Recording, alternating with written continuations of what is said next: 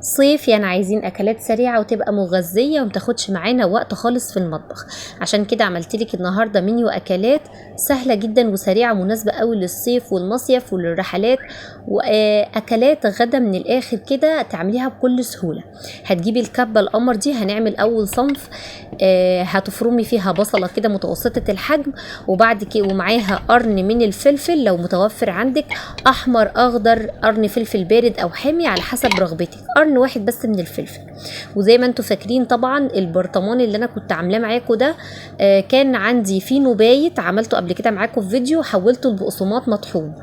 طبعا الاول وصفه معانا اللي هي الكفته، هتعمليها لو عندك طبق لحمه مفرومه كده في الفريزر مش عارفه تعملي بيه ايه، ربع كيلو، نص كيلو، اي كميه انت تحبيها. طبعا بطلنا النهارده الاكياس دي يا جماعه، عايزه اقول لكم تحفه، وهم بتحسي كده كاس التتبيله الجاهزه دي، سواء كانت كفته او مشويات او حواوشي او شاورما، بصراحة تحفة، بحس ان انا كأني عاملة اكل جاهز كده في البيت. فبنصحك جدا ان انت تجيبيها في مشتريات بتاعتك وتبقى اساسية عندك. عملت عجينة الكفتة ازاي، او اللي هي خلطة الكفتة يعني. دي كانت حوالي الكمية اللي انتوا شايفينها دي حوالي ربع كيلو من اللحمة المفرومة. يعني انا بقسم النص كيلو من اللحمة المفرومة على وجبتين، بتبقى حلوة واقتصادية وسهلة جدا. حابة تعملي نص كيلو عادي، ده طبعا على حسب ميزانيتك وعدد افراد اسرتك.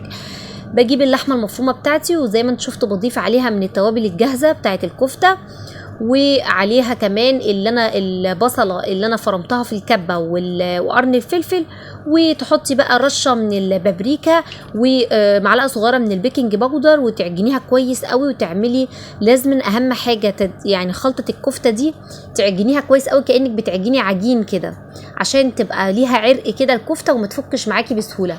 وتضيفي عليها معلقتين من البقسماط المطحون، او زي ما انا وريتكم الفينو اللي بيكون بايت عندي. وبكده عملتي خلطة الكفتة بكل سهولة. هنيجي بعد كده لصينية البطاطس بالفراخ، وطبعا انا هنا عاملها لكم بطريقة ما فيهاش طماطم كتير عشان الطماطم اليومين دول غالية شوية. فما تنسينيش بقى كده بلايك حلو للفيديو، والوصفات سريعة جدا زي ما قلت لكم. اول حاجة انا بجيب حوالي عصير 3 ليمونات، وبضيف عليها زي ما انتم شايفين معلقتين كبار من الصلصة الجاهزة، ومعلقة كبيرة مليانة من الثوم المفروم. البطاطس هنا طبعا انا مقطعاها زي ما انتم شايفين كده حلقات، وتكون سمكها وسط، يعني عشان طبعا تقدر تستوي معاكي وما تتهريش. سمكها يبقى وسط، ولا هي رقيقة قوي ولا هي تخينة قوي. والفراخ بتاعتي طبعا انا غسلاها كويس ومصفيها كويس جدا. وزي ما انتم شايفين كده الخلطة اللي هي عبارة عن الثوم مع عصير الليمون مع الصلصة الجاهزة مع البهارات بقى اللي انت بتحبي تضيفيها لصينيه البطاطس، بتبقى حلوه قوي. ولو عندك دبس الرمان برضو تضيفي منه معلقه كده، بيدي مزازه كده وبيدي طعم حلو قوي قوي للفراخ والبطاطس. وبعد كده غطيت بعد ما عملت التتبيله دي كلها، ممكن برضو بتجيبي بصله كده تقطعيها حلقات، بتعزز طبعا من طعم صينيه البطاطس. ومعلقه الثوم المفروم زي ما قلتلك بيدي طعم حلو قوي قوي للوصفه دي. وبعد كده بغطي الصينيه بتاعتي بورق الفويل كويس جدا، وبسويها في فرن البوتاجاز. بصوا ما شاء الله الطريه جدا زي ما انتم شايفين، ما شاء الله. بصوا مستويه وزي الفل، وشاربه بقى من الليمون مع الثوم مع البهارات مع البصل والبطاطس، بصراحه جميله جدا. وما بضيفش عليها ميه ولا اي حاجه. انا طالما غطيتي صينيه البطاطس بالفراخ بورق الفويل وحطيتيها في الفرن، تاخد حوالي ساعه تقريبا، بتبقى الوراك بتاعتك مستويه كويس جدا. الوصفه اللي بعد كده الشاورما. بصوا الشاورما بقى دي يعني ابسط واسهل اكله بالنسبه لي فعلا، لو انا مش عايزه اقف في المطبخ.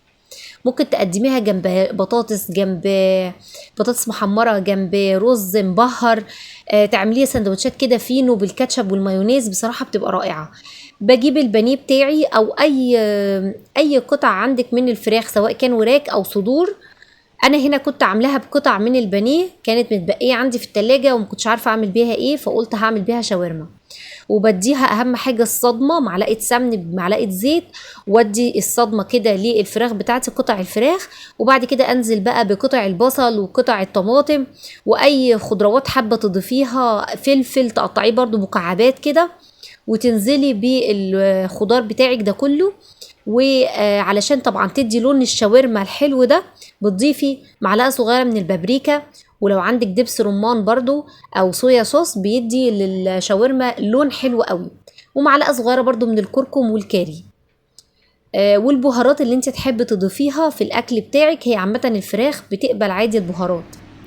وتقدميها زي ما انت شفتي كده مع بطاطس محمره، سندوتشات فينو او سندوتشات عيش سوري، بتبقى حلوه جدا. الوصفات برضو السريعه اللي معانا بعد كده، الفتة من الاكلات برضو الحلوة قوي، تعمليها في الصيف كده. لو عندك لحمة بلدي بتعمليها بالشكل ده، بتحمريها انا هنا ما ضفتش يا بنات ولا سمن ولا زيت ولا اي حاجة. انا هنا اديت سخنت بس الحلة بتاعتي، واديت صدمة للحمة بتاعتي، هي كان فيها نسبة دهون، فانا اعتمدت على الدهون الموجودة في اللحمة، ما حبيتش ان انا اضيف سمنة او زيت في المرحلة دي. وطبعا الخطوة دي مهمة جدا، بتخليلك طعم الشوربة جميل جدا، انك تشوحي اللحمة الاول قبل ما تضيفي المية بتاعتك. المية لازم تكون مية مغلية، فزي ما انتم شايفين كده انا ضفت المية المغلية بتاعتي بعد ما شوحت اللحمة. الخطوة دي مهمة قوي، وبتخليلك الشوربة بتتنقل معاكي في حتة تانية خالص، بتبقى طعمة جدا. اهم حاجة تشيلي الريم كده اللي هو بيظهر لك على وش الشوربة، الخطوة دي مهمة في سلق اللحمة جدا. بعد كده هنعمل الدقة بقى او الصلصة بتاعت الفتة، ودي طبعا يعني بيبقى فيها الطعم كله. وجبت هنا معلقة من الزيت وعليها معلقة من السمنة، انا بحب استخدم الحاجتين مع بعض، السمن مع الزيت، عشان تدي نتيجة حلوة جدا. بعد كده شوحت فيها كده التومة بتاعتي، طبعا الفتة يعني لازم توم كتير، معلقة كبيرة كده مليانة من التوم المفروم. وبعد كده رشيت عليه الكزبرة، واول ما ريحة التوم بالكزبرة ظهرت بدأت ان انا اضيف حوالي ربع كوباية من الخل. واول كده ما تغلي معايا الخل بالتوم، هبدأ بقى ان انا الخطوة دي او التركة دي مهمة جدا، ان انا اضيف من الشوربة على الصلصة بتاعتي. يعني شوربة اللحمة لازم اضيف منها على الرز وانا بعمله، ولازم اضيف منها على الصلصة برضو بتاعت الفتة وانا بعملها. الشوربة لازم طعمها يدخل معاكي في كل مكونات الفتة. وهنا انا استخدمت برضو من برطمان الصلصة الجاهزة حوالي برضو معلقتين كبار من الصلصة، وظبطت طبعا الملح والفلفل للصلصة، وباخد من الصلصة اللي بيبقى طبعا متطعمة بالشوربة زي ما قلت لكم، وبقلب منها على العيش قبل ما ارص الصينية بتاعتي بالشكل ده. وبألف هنا وشفا.